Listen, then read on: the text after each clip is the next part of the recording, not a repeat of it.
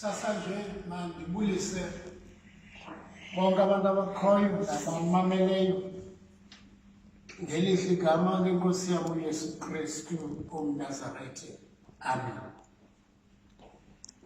Ndimi kweliqonga ndizo-attesta kumazwi kaYesu emnqamlezweni. Ndizawungqina ke lelizwi lesine elifumaneka kwiigospile ezimbini, igospile kaMarko isahluko se-15 ivesi ya-34, nevangeli engcwele ngokubhalwa nguMateyu isahluko sama-27 ivesi yona ngama-46. uMarko uthi, Eloi, Eloi, lama sabakthani. uMateyu athi, Eli, Eli, lama sabakthani. Kodwa zizonke izinto zithetha into enye.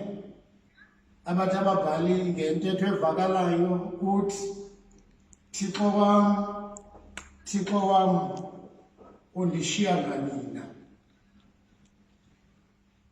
Sisihebhere ke esi sithethwa nguYesu, okanye ingaba lulwimi lakokwabo, ulwimi lwesi-Arameki, rhamente engcwele kaThixo.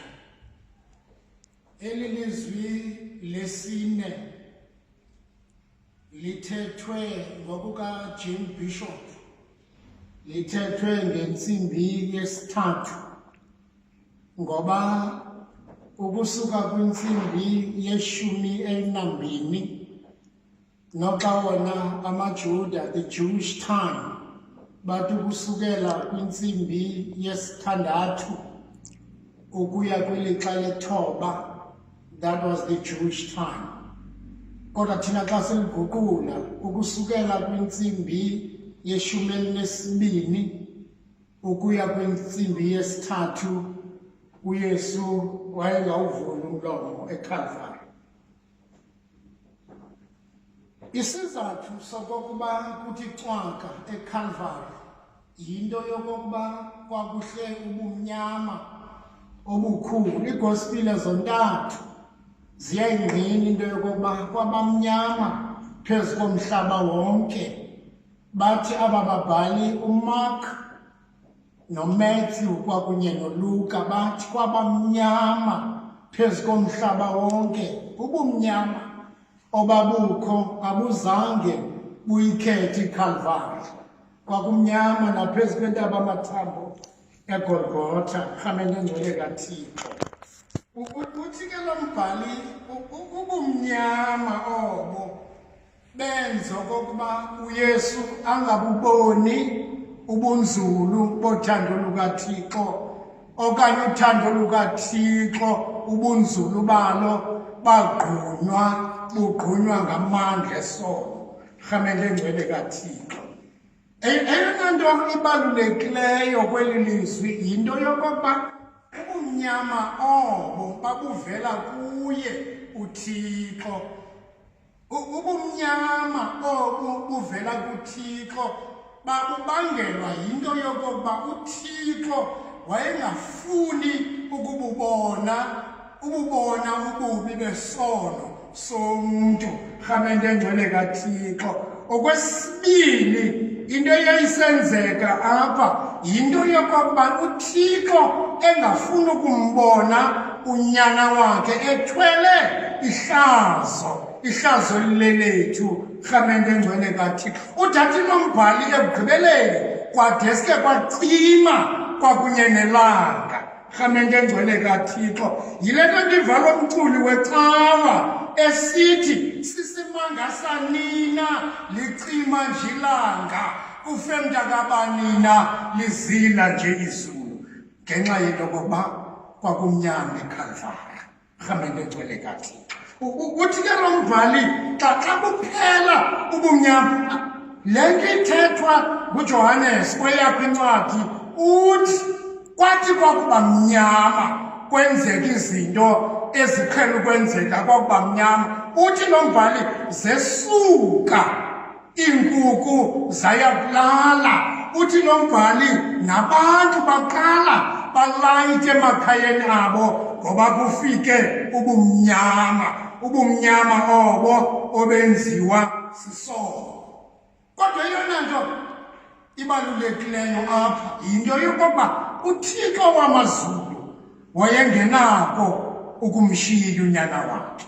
Udathoni umbhali the presence of God was hidden. Ubukho bukaThixo babufihlakele apha eCalvary. Yile nto athi lo mbhali nelanga ngokwalo lalingafuni ukububona ubuze bukaYesu phezu kwentaba yeCalvary. Kodwa on the 9th hour, that is 3 p.m, lashenxa ilanga kwavela ukukhanya. Xa kuvela ukukhanya ndifuna siyi-understande le nto. Ngelaa xesha bekumnyama, it's not that ebengekho uThixo, ebekhona uThixo. Ilishwa lelokuba kwaqhawuka inethiwekhi phakathi kukaYesu kwakunye noThixo.